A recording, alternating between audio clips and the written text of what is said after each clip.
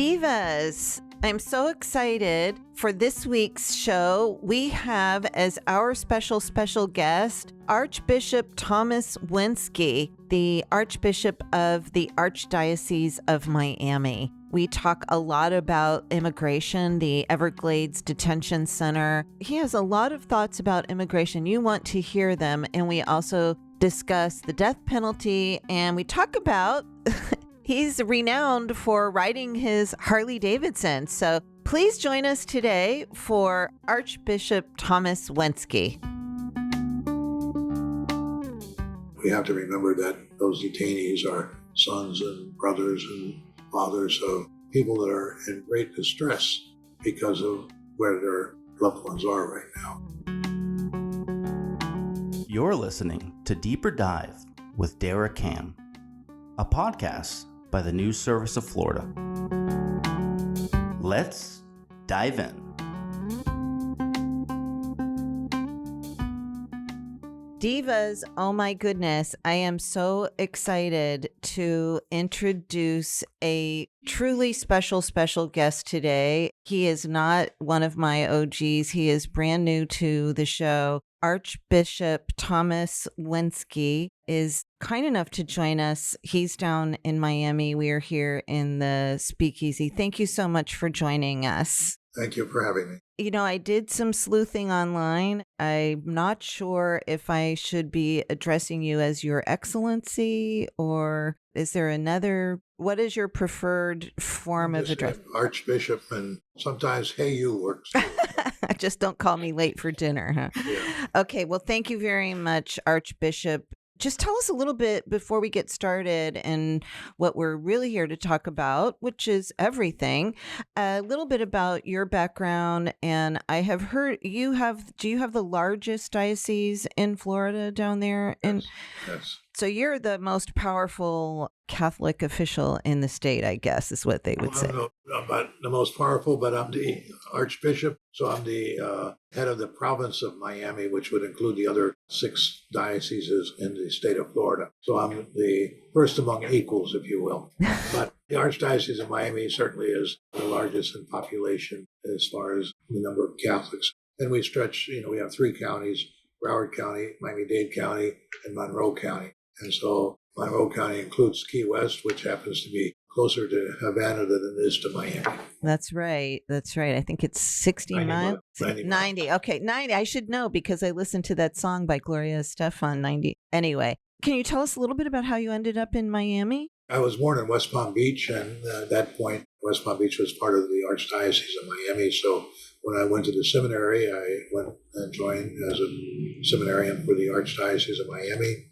And after, years of seminary preparation, I was ordained a priest in May of 1976, almost 50 years ago. And wow. I worked in Miami first with the Hispanic community, and then there was a number of Haitians that began to arrive in Miami a few years before my ordination. But in 1978, I started learning some Haitian Creole because there were Haitians in my parish in Alapatha, inner city Miami.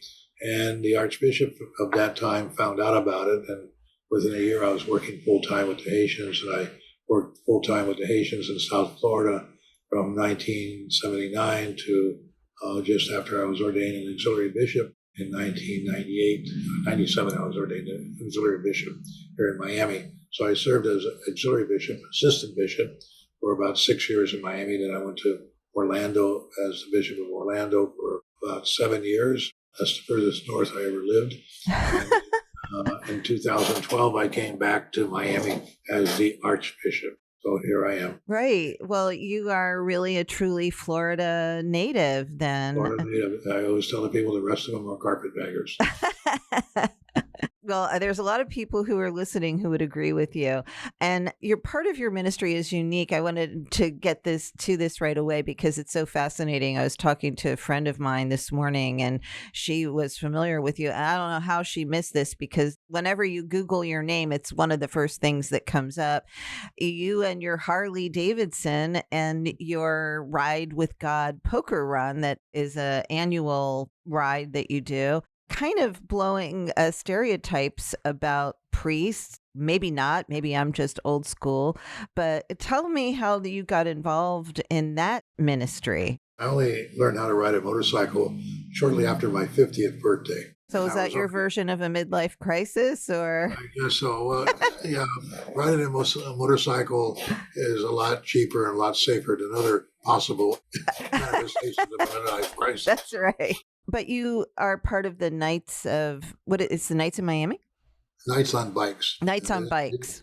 These are Knights of Columbus men that happen also to ride motorcycles. So it's sort of like a group within the group of the Knights of Columbus. And they've been founded for a good over 10 years, I guess. Just recently they had their international convention or assembly in St. Augustine, Florida, the last week of June. So I drove up there with my motorcycle and I participated with them a few rides in North Florida. And then a few weeks ago, something that's became quite noted in July, the men were planning to do a ride to Everglades City.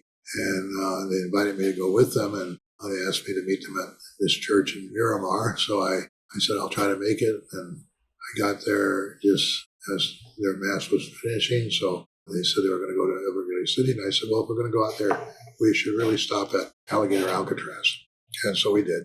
And when we pulled in, the highway patrolman said, you can't go to the gate. But he said, you're welcome to park along the side of this entry road. And we did. And we prayed a rosary together for the inmates in there. I tweeted that out. And as they say, the rest is history. That helped really overcome a roadblock that we were experiencing, because every time we turned around to see about who could give us access so that we could send priests into the detention facility to celebrate Mass for the detainees, we were getting a runaround. And this has never been a problem. I celebrate Mass at Chrome. I was at Chrome on Easter Sunday.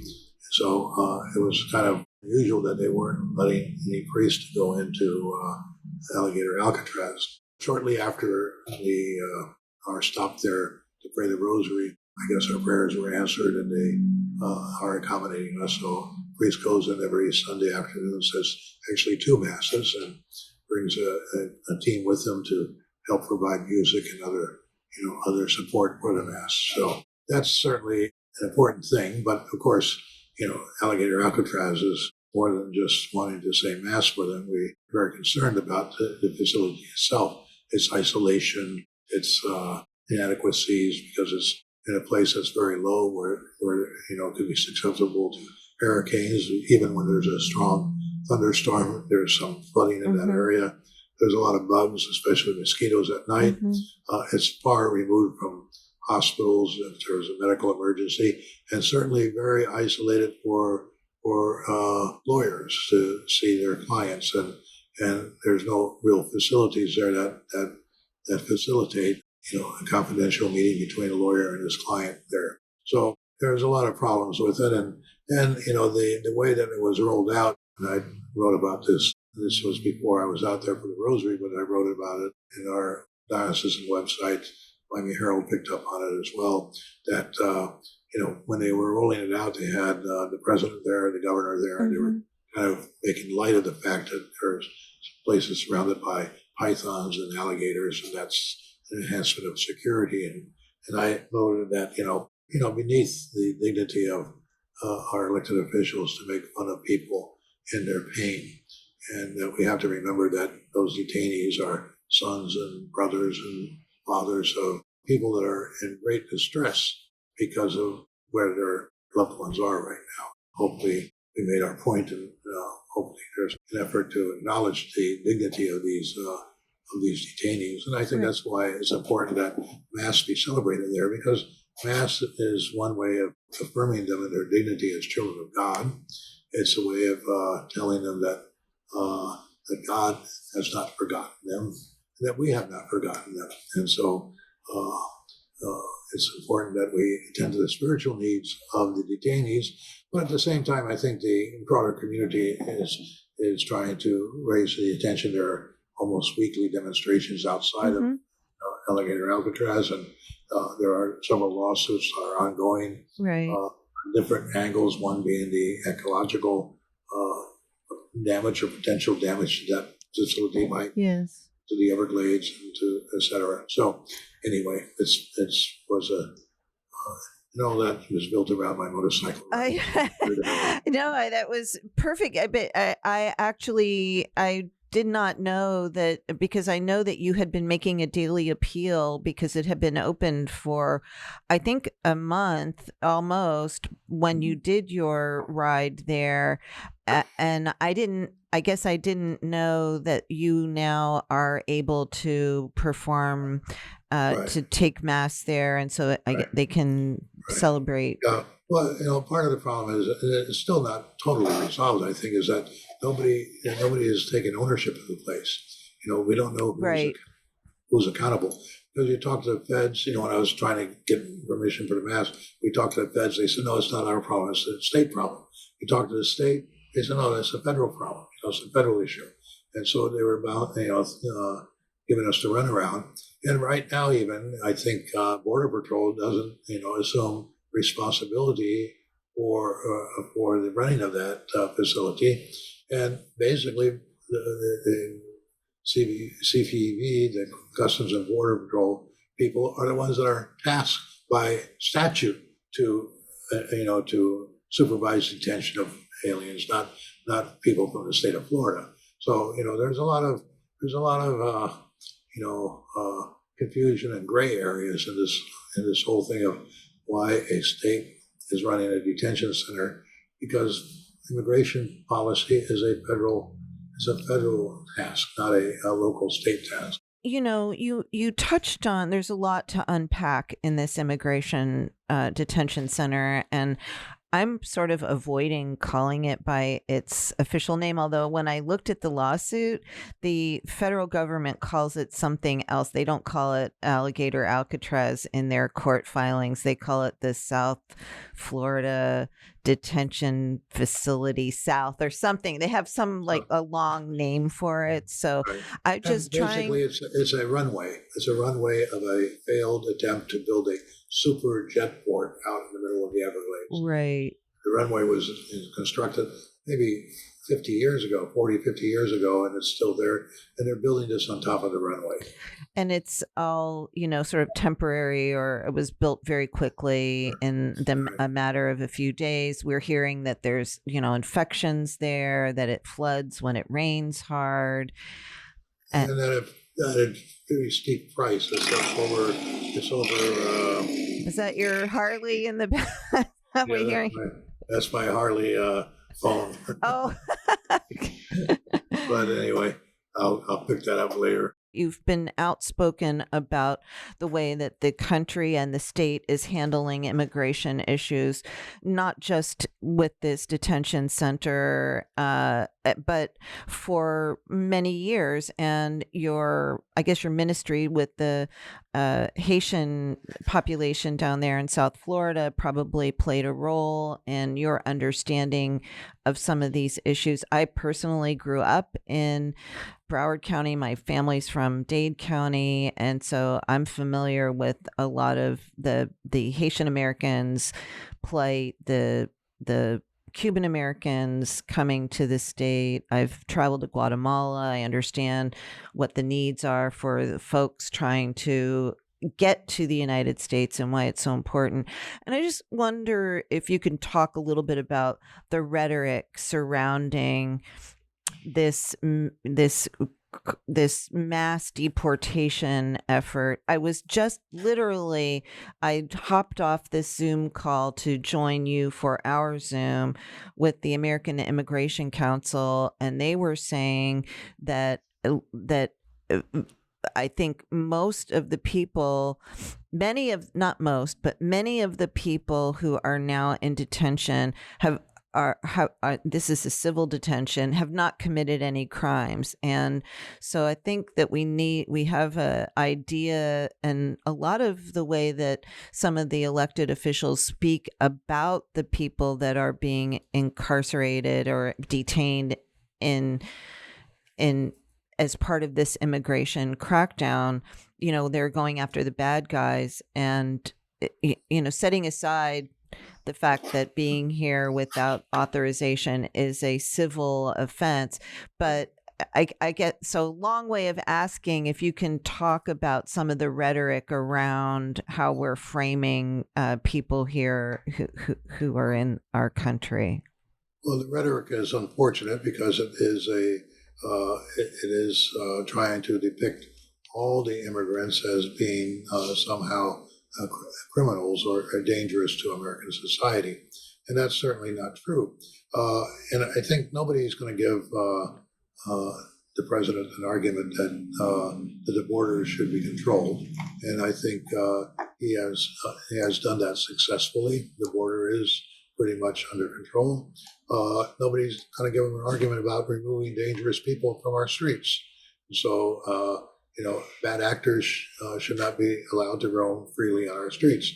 But if you ask the farmers, if you ask the owners of hotels and restaurants, if you ask the people working in healthcare, they'll tell you that some of their best workers and most diligent workers are immigrants. And so therefore the narrative is unfair to the vast majority of immigrants. Now, again, they want to paint everybody with the same brush as being illegal, and so some people are thinking that the very fact of being in the United States without permanent status is a criminal offense, and as you pointed out, it's not. It's a civil problem. There's a difference between felonies and civil violations.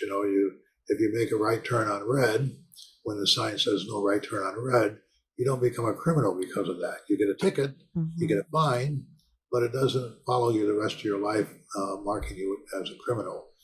And so this is the confusion that many people have because of the rhetoric that is very unfair to the migrants. Again, the vast majority of these people are very hardworking people, and the system is broken because you'll hear people say, "Why don't they stand in line?" And come in legally. There is no line to stand in. That's the truth. There is no line to stand in. So the system is broken. It's and that's why people have been coming, and they come because there are jobs available to them. If this country did not offer the possibility of gainful employment, we would have nobody coming here. We'd have people going other places if that was the case. But the other thing about this narrative about illegality is that many of the immigrants are in fact not quote unquote illegal. For example, many of them have come into the country legally. Maybe they fell out of status. They could have come in as a student and therefore been vetted. They came on a legal visa to be a student, or they came as a tourist, legal tourist, and then they fell out of status because they overstayed the terms of their visa. They wanted to, their chance at the American dream, and none of these people chose to be illegal if there was another chance for them not to be illegal, to be legalized or regularized, and that's what that's the whole business of immigration lawyers trying to find these people a legal path. But even those that have come across the border in recent years, many of them were admitted into the country. Now you could argue about whether the prior administration was justified or not in admitting them, but they admitted them into the country in order to apply for asylum, and in doing so, they gave them a parole. And a parole was permission to be in a country that often came with a work permit. So they were paroled into the country. So they're not what we call gotaways. The people know about them.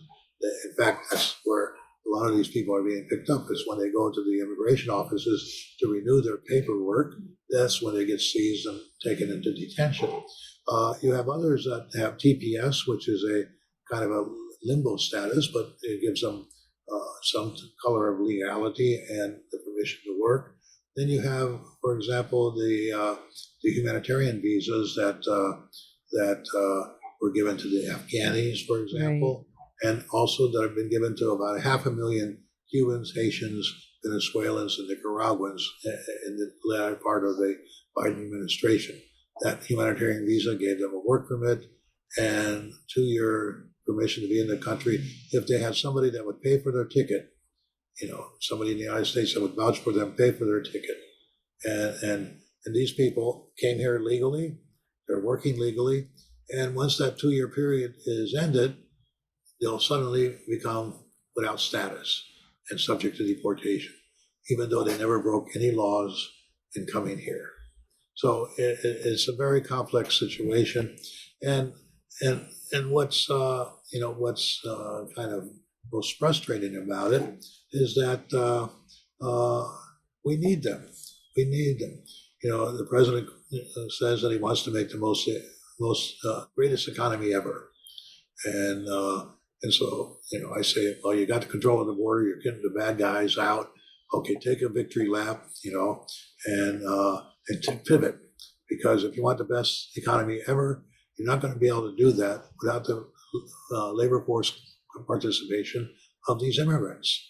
Already in Springfield, Ohio, a lot of Haitians that were there, that got there in the past couple of years, many of them on these humanitarian visas, Right. they're looking to go to Canada or elsewhere because they're afraid of being deported back to Haiti. Mm-hmm. And the people of Springfield, Ohio, are saying, what's going to happen to our city? Because who's going to do the work? Springfield They have those plants there where they have a lot of. Springfield was in a process of rejuvenation Mm-hmm. because of the slave reports that magically appeared on their doorstep and now is being forced out. So it's cutting your nose off to spite your face. And enforcement only approach. yeah, and I'm curious, in terms of thinking about sometimes there seems to be a disconnect between officials, candidates, or elected officials and candidates and policymakers' professed religiosity and their actions. Do you know what I'm saying? As somebody who's talking about people, that's true of all of us, isn't it? Because Jesus told us that we have to be in the world but not of the world, and unfortunately, the world is in us too much. And we're in the world, but the world is in us, and that worldliness affects our thinking and our comportment. And so that's why every year the church has a season of Lent, calling us to repentance and to conversion of mind and heart. And certainly there's a need for a lot of conversion of mind and heart of many of our policymakers on this issue and a whole lot of other issues. Thank you for pointing that out. Yes, it's certainly, I'm not saying that I'm any better or any of us are. We all are human. And I guess where I was headed was kind of what I think, and you touched on this, what is left out of a lot of the discussion is the humanity of the folks that are being incarcerated or that being detained, that are, showing up, trying to do the right thing to show up to their hearings or their regular check-ins.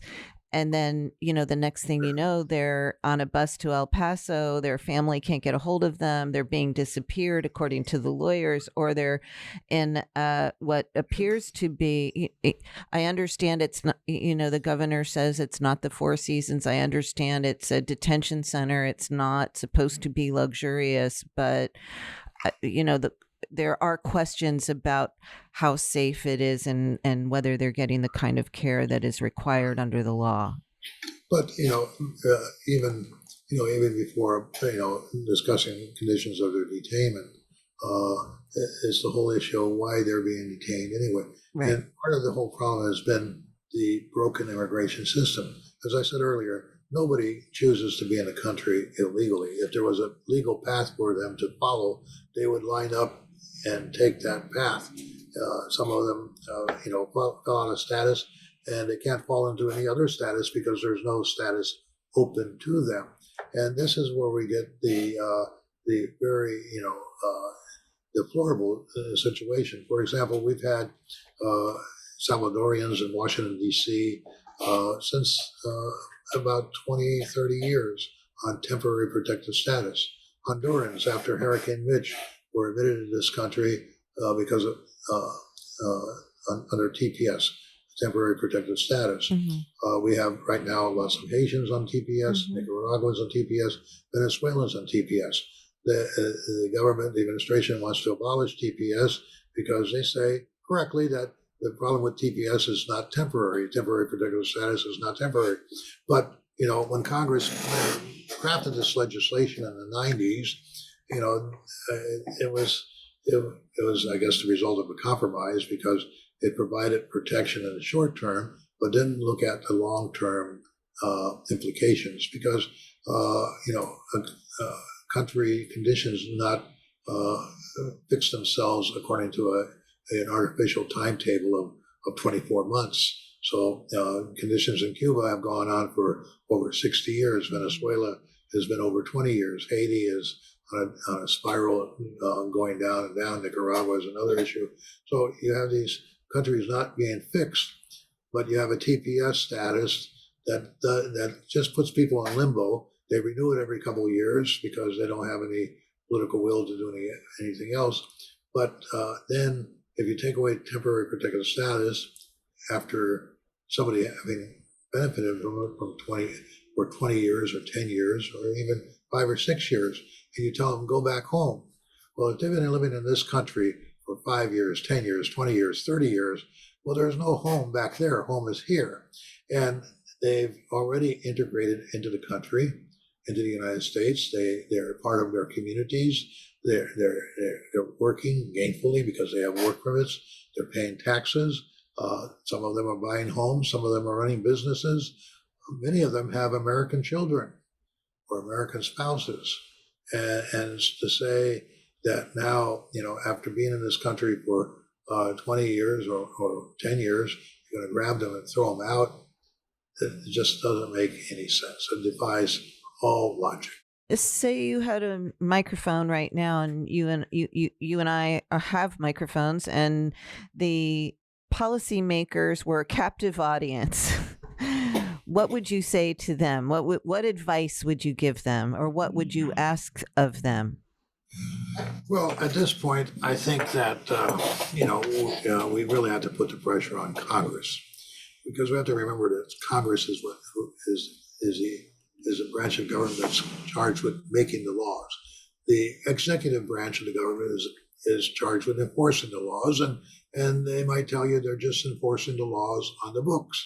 But some of these laws are pretty, unfair and unworkable, and so it behooves Congress to change the laws and to make them better. And I think a lot of this could be solved by Congress being a little bit more proactive. And I think it could be a bipartisan thing. In fact, right now there's a Republican congresswoman from Miami that has a bill out there called the Dignity Act, which is, is good. Is the first step. It's not what I would want as far as a path to citizenship and full status for them, but it gives them. It takes the sword of Damocles off their heads, which is the threat of immediate deportation. So that's something that Congress should get involved with. If I had to say something to Congress, I would remind them that, in the 1920s, a very anti-immigrant bill was passed that pretty much shut down immigration for 2 generations in this country. But in that anti-immigrant bill, there was a provision called registry. And in that bill, it said that if you were in the country before January 1st, 1921 or 22, I don't remember the exact year, that if you had good moral character, you could apply for a green card. That is still on the books. If you open the immigration website, there's a section there that talks about registry. Now, to be eligible for registry, the date was updated. It's no longer 1920 or whatever. I think it's 1973. So if you can say that you were in the country before 1973, you have good moral character, you can be eligible for a green card. Well, that's over 50 years ago. And what Congress could do very simply is to update the registry date. Suppose you said, anybody in the country before September 1st, 2015, 10 years back. Or if you can prove good moral character, you can apply for a green card. That would solve about 80% of our immigration issues right now. So it's solvable. It can be fixed. Without writing, a 5,000-page piece of legislation. It can be fixed with less than 15 words if there was the political will to do so. And for that political will to emerge, people have to start pressuring their Congress people and telling them that this is not the American way. We all want America to be great again, but you don't make America great by making America mean. Well, I think what you're talking about sounds like a great idea, but it also, I think critics of that might say that's amnesty, and we don't want amnesty, and so we have these catchphrases. Why don't we want amnesty? The last time we had amnesty, it was Ronald Reagan. Ronald Reagan, who was not, any wilting liberal. He was a conservative, a Republican.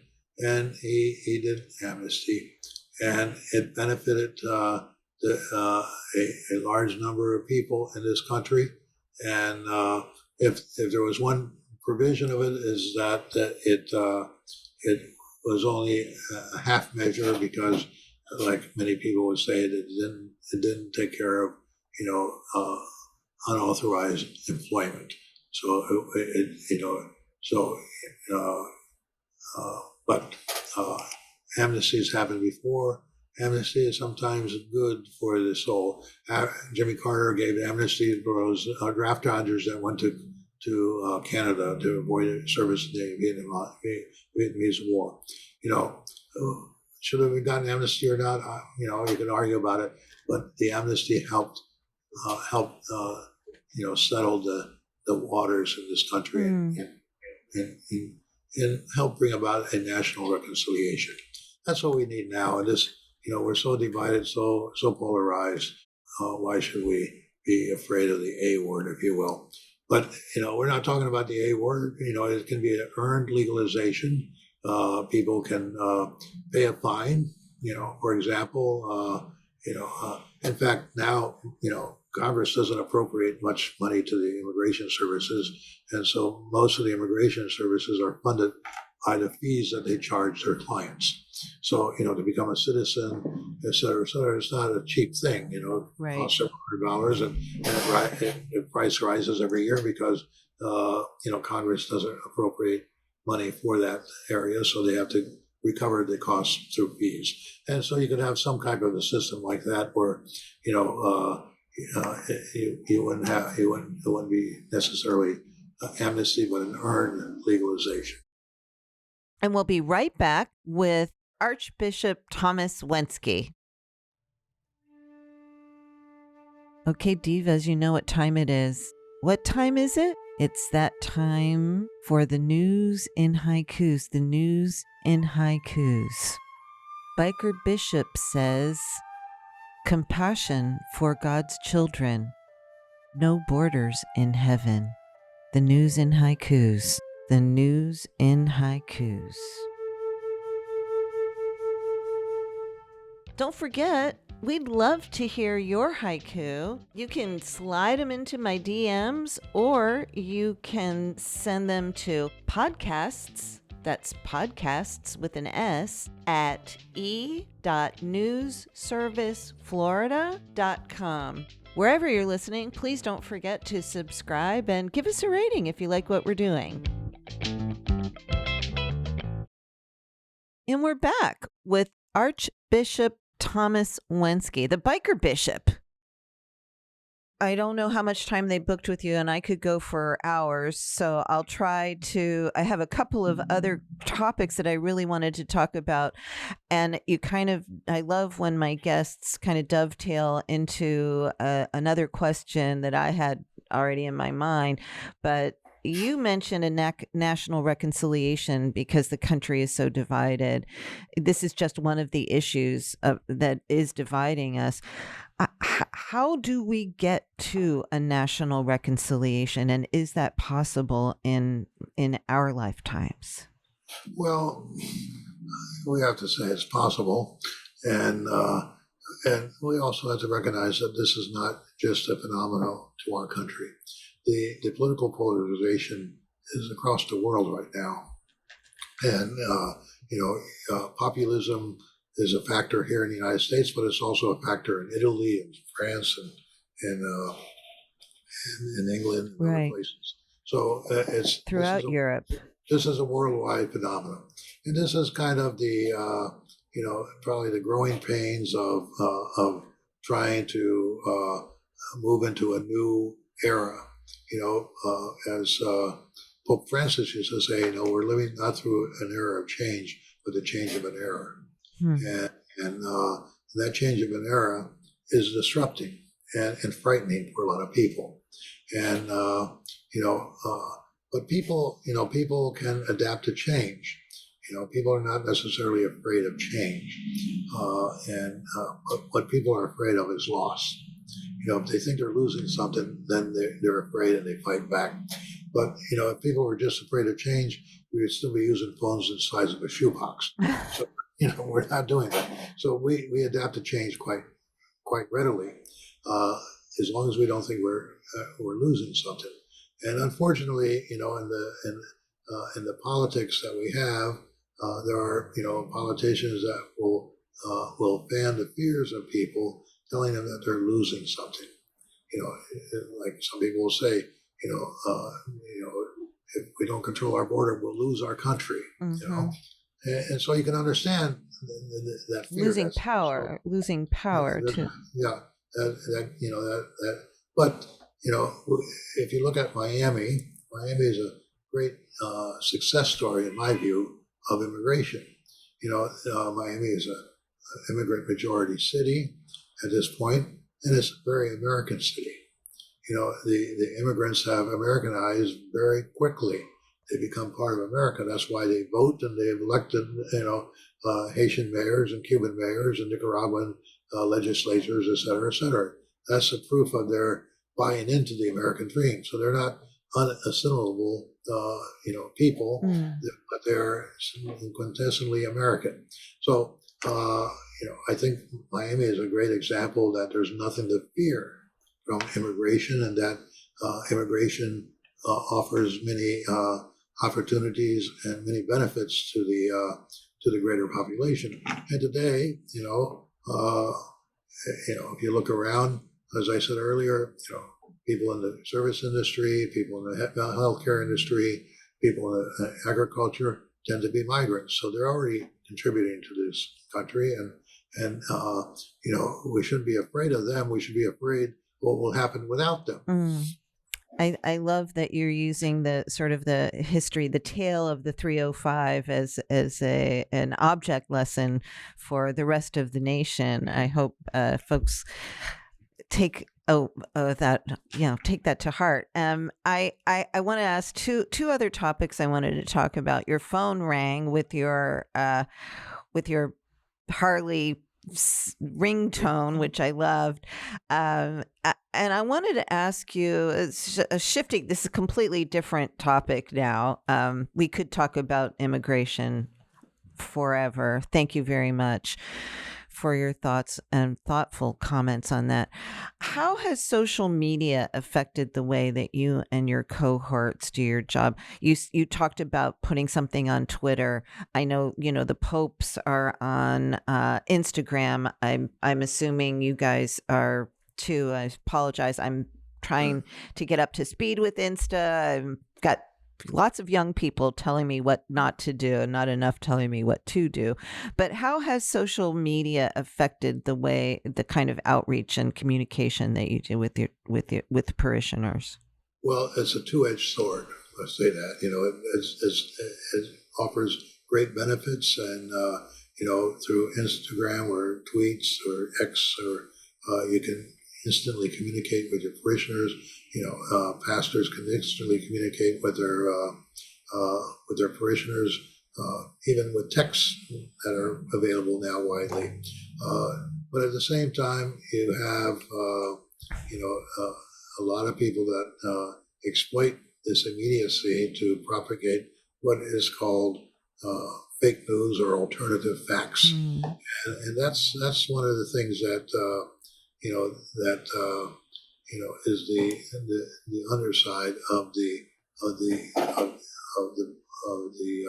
social media, because you can have right now you go on YouTube and they'll have